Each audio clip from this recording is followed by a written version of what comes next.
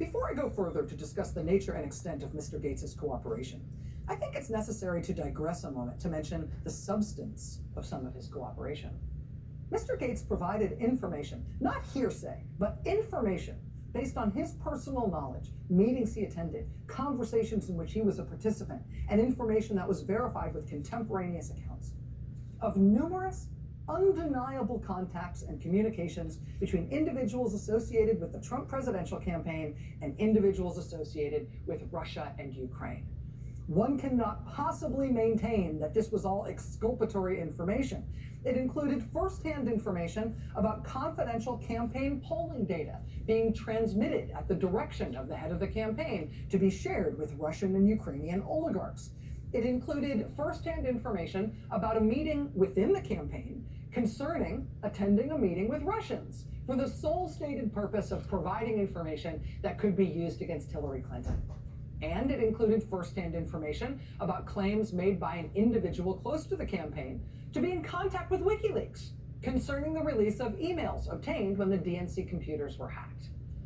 Gates's information alone, says the judge, Gates's information alone warranted, indeed demanded, further investigation from the standpoint of our national security, the integrity of our elections, and the enforcement of our criminal laws.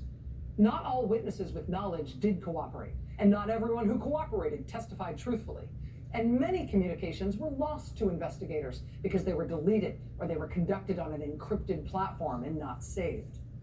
But Rick Gates's debriefings, his multiple incriminatory bits of evidence on matters of grave and international importance, are a reminder that there was an ample basis for the decision makers at the highest levels of the United States Department of Justice, the United States Department of Justice of this administration, she says, to authorize and pursue a law enforcement investigation into whether there was any coordination between the Trump campaign and the known foreign interference in the election, as well as into whether there had been any attempt to obstruct that investigation, and to leave no stone unturned, no matter what the prosecutors determined they had evidence to prove at the end of that investigation.